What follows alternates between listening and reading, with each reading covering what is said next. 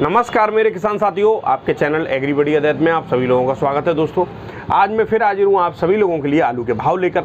और हम आज दोस्तों बात करेंगे कुछ फर्रुखाबाद मंडी के ऊपर और मंडियों में आज कैसी है तेज़ी, मंडियों में क्या है स्थिति, उसके बारे में दोस्तों चर्चा करेंगे। और बात करेंगे पंजाब के भंडारण के बारे में कि पंजाब से क्या रिपोर्ट आ रही है कोल्ड स्टोरों में अब तक भंडारण की, मतलब कितना आलू कोल्ड स्टोरों में अब तक रखा गया है और कितनी कोल्ड स्टोरों में जगह अभी बाकी है, और इस साल राशन के आलू की क्या स्थिति है पंजाब में। तो दोस्तों अब हम बात करेंगे, सबसे पहले बात करी जाएगी आलू के भाव के बारे में। तो भाव दोस्तों एक बात मैं आप लोगों को बताऊं कि अभी इस समय क्या हो रहा है, कुछ आलू डंप का चल रहा है, कोल्ड स्टोरों में से तो अभी निकासी शुरू हुई नहीं है कहीं भी, ठीक है। कुछ मंडियों में से आलू लोड हो रहा है, जैसे फर्रुखाबाद मंडी में डंप का आलू आ रहा है, वहाँ से व्यापारी सीधे अपने साउथ के लिए लोड कर रहे हैं। कुछ शमशाबाद से लोडिंग चल रही है।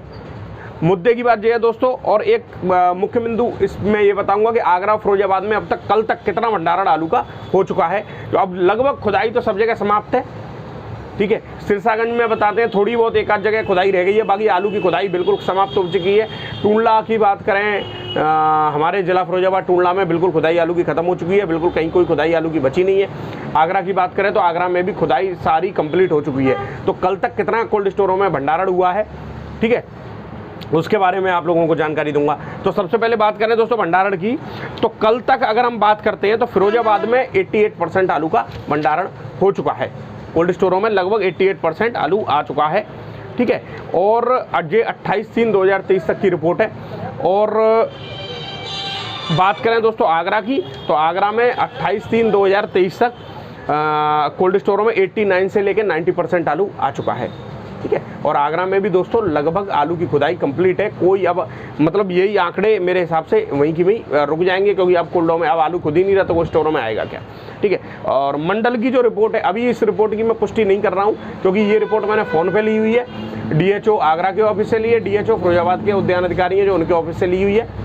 अभी उनकी जो प्रेस विज्ञप्ति जो जारी करेंगे वो और आके मालूम पड़ जाएगी। बाकी ये रिपोर्ट अगर किसी को गलत लगती है तो वो कमेंट में मुझे बता सकते हैं। और मंडल की रिपोर्ट 87 से लेकर 88% के आसपास आ रही है, ठीक है।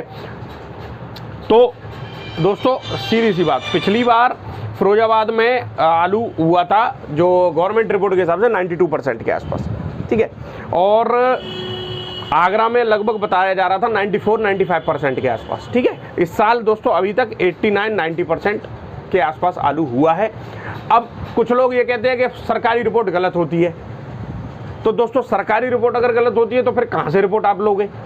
कोल्ड स्टोर वाला कोई ये कहेगा नहीं कि मेरा कोल्ड खाली है, ठीक है। कोल्ड स्टोर वाला, अगर कोल्ड स्टोर वाले मालिक से अगर आप किसी से ही बात करोगे तो अगर उसके में 40-50 हज़ार की भी जगह है तो भी खाली नहीं है उनका, तो वो भर गया भाई उनका, तो नहीं तो बेइज्जती होगी भाई मार्केट में कि ऐसे में भी खाली रह गया। जब लोग कह रहे थे कि इतना बम्पर आलू है, बहुत बम्पर पैदावार है, उसके बाद भी आलू खाली रह गया कोल्ड स्टोर, तो इसका मतलब तुम्हारा व्यवस्था अच्छी नहीं है। तो दोस्तों कोल्ड स्टोर वालों के हिसाब से अगर आंकड़े अगर लें तो 100% भरे हुए मालूम पड़ेंगे कोल्ड स्टोर कि आलू 100% हो गया कोल्ड स्टोरों में।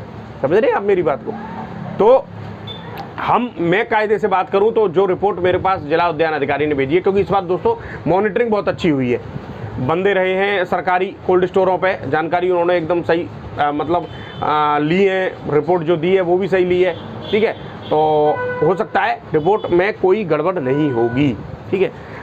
अभी इस पे ज़्यादा फोकस नहीं रखते हैं, अभी आगे चल के और मुद्दे पे बात करते हैं। अब बात करते हैं दोस्तों पंजाब के बारे में। तो पंजाब की स्थिति ये है कि पंजाब में लगभग 60% के आसपास कोल्ड स्टोर बताए जा रहे हैं, ठीक है। 60% ही आलू कोल्ड स्टोरों में, जो राशन का आलू है वो 60% ही है। तो जब 60% आलू है, एक तो सबसे बड़ी चीज़ क्या है कि पंजाब से इस बार कभी हल्ला नहीं उड़ा कि आलू की बहुत ज़्यादा बहुतायत है, आलू बहुत ज़्यादा हो जाएगा। ये पंजाब वालों का काम नहीं था, ये सबसे ज़्यादा काम इन्होंने किया, एक तो बंगाल वालों ने किया और कुछ लोगों ने गुजरात वालों ने किया, और यूपी वालों का तो रोल सबसे ज़्यादा रहा ही, ठीक है। अब फर्रुखाबाद मंडी के ऊपर आ जाएँ तो फर्रुखाबाद मंडी कैसे लूट का अड्डा, किसान ये समझ लीजिए आप, मेरे बताऊँ कि फर्रुखाबाद मंडी में अगर उसको आप डीप में जानेंगे तो मुझे लग रहा है कि वहाँ पे बहुत बड़ा स्कैम चल रहा है कोई, ठीक है। आप ये समझोगे अगर 50 मोटर है तब भी भाव वही रहता है, 50 पैसे इधर उधर होगा, 100 मोटर है तब भी भाव वही रहता है, 150 मोटर पहुँच गई तो भाव और कम हो जाता है, तो फर्रुखाबाद मंडी की मैं सरकार से या मंडी सचिव जो भी वीडियो अगर हमारा देखते हैं तो उनसे मैं निवेदन करूंगा कि फर्रुखाबाद मंडी के तरफ बहुत ध्यान दिया जाए, क्योंकि वहाँ पे हमेशा छोटे किसान आलू लेके आते हैं। दोस्तों उनकी स्थिति ये है, मेरी किसानों से बात होती है कि लागत मूल्य तो छोड़ो, 200-200 रुपये 300-300 रुपये कट्टा जिम में से जाए उन लोगों के, तो उनके दर्द को समझें लोग, और जो स्थिति है मंडी की मॉनिटरिंग इस हिसाब से हो। देखो व्यापारी आलू खरीदें, मैं ये नहीं कह रहा हूँ हर आदमी पैसे कमाने के लिए, पर दोस्तों पैसा ऐसा कमाया जाए कि दूसरा जिस आदमी से तुम पैसा कमा रहे हो कहीं ऐसा ना हो जाए कि उसकी बिल्कुल ही काम ही खत्म हो जाए उसका। समझ रहे हो आप मेरी बात? तो सबसे बड़ी चीज़ क्या है कि हमको सब तरफ से सोचना पड़ता है और सोचना चाहिए, क्योंकि हम नहीं चाहते कि कहीं भी कोई किसानों को नुकसान हो। 100 रुपये, 150 रुपये, 200 रुपये, 250 रुपये कुंटल अगर आप आलू खरीद लेंगे तो क्या होगा आप बताओगे? ठीक है, तो उनका तो घर चल नहीं रहा, उनकी तो स्थिति, और तुम 6-7 महीने देखोगे कि क्या रहता है। ठीक है, ये है कहानी।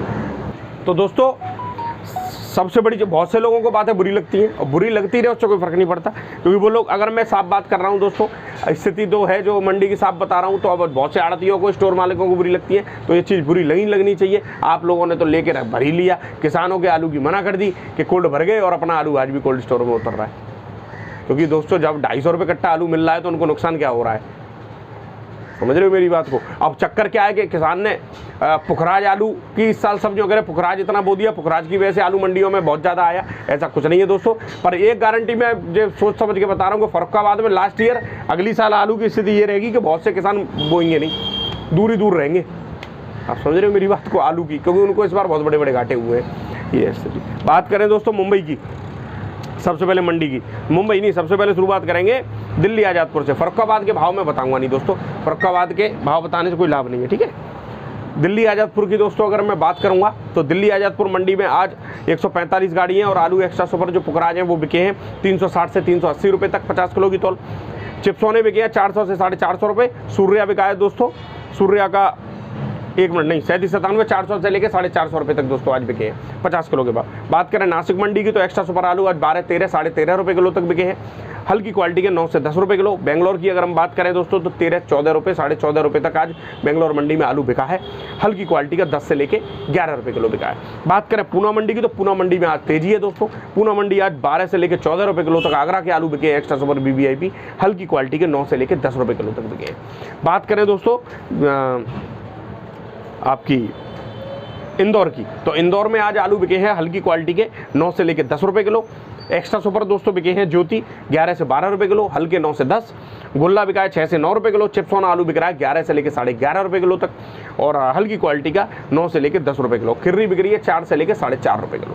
ठीक है, अब बात करें दोस्तों जोधपुर की, तो एक्स्ट्रा सुपर आलू बिका है 8 से लेकर 9 रुपये किलो, हल्की क्वालिटी का आलू बिका है 5 से लेकर 6 रुपये किलो, और 10 रुपये किलो तक भी जोधपुर में आज आलू बिके हैं। और चेन्नई में आज एक्स्ट्रा सुपर आलू बिके हैं दोस्तों 14 से 15 रुपये किलो, और जो शमशाबाद वाले और आगरा वाले हमारे 37 में वो गए 13 से लेकर 14 रुपये किलो तक।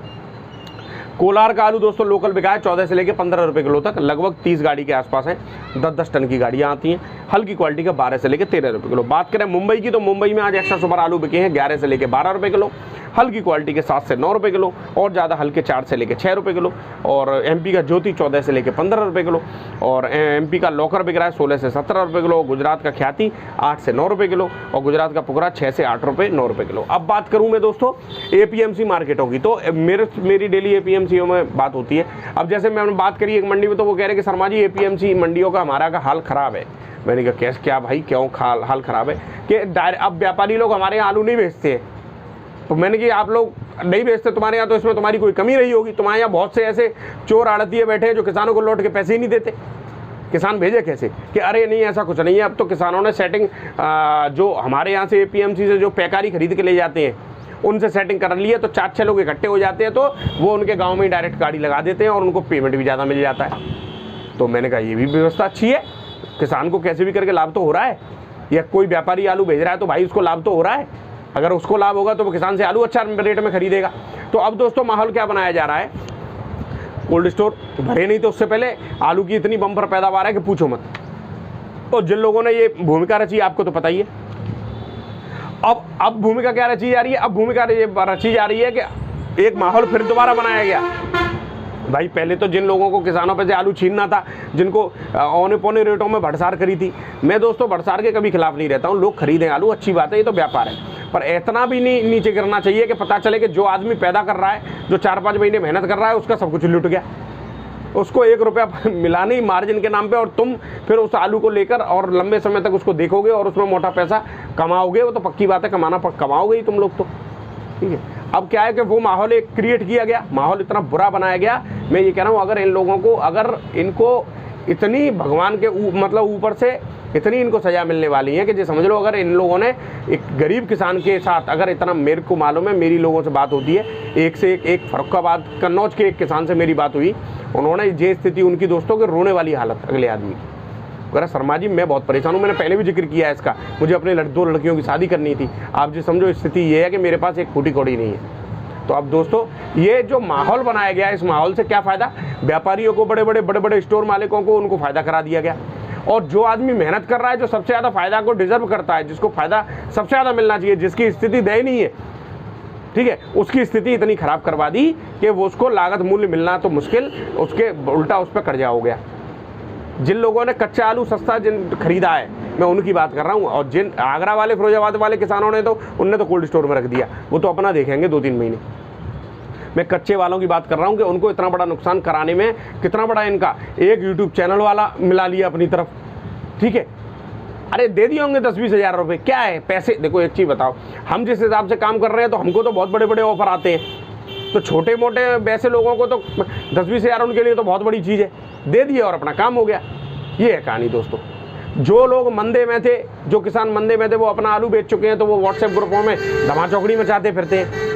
ऐसा लगता है कि आलू की इतनी बुरी स्थिति होने वाली है कि एक आध किसान को तो अटैक ही पड़वा देंगे वो लोग, ठीक है। तो मेरी बात है, मेरा काम क्या है, मैं भाव भी बताता हूँ आपको और डेली आपको जागरूक करता रहता हूँ, ठीक है। अब बात करें भंडारण के बारे में, तो भंडारण की मैंने आप लोगों को आज बताई दी, और इसका विस्तार से इस पर एक वीडियो बनाऊँगा। चलिए दोस्तों, बहुत बहुत धन्यवाद। आप आज मेरे को कहीं जाना है, तो फिर कल मिलते हैं आपसे एक नई वीडियो में। बहुत बहुत धन्यवाद। आप सभी किसान भाइयों का दिन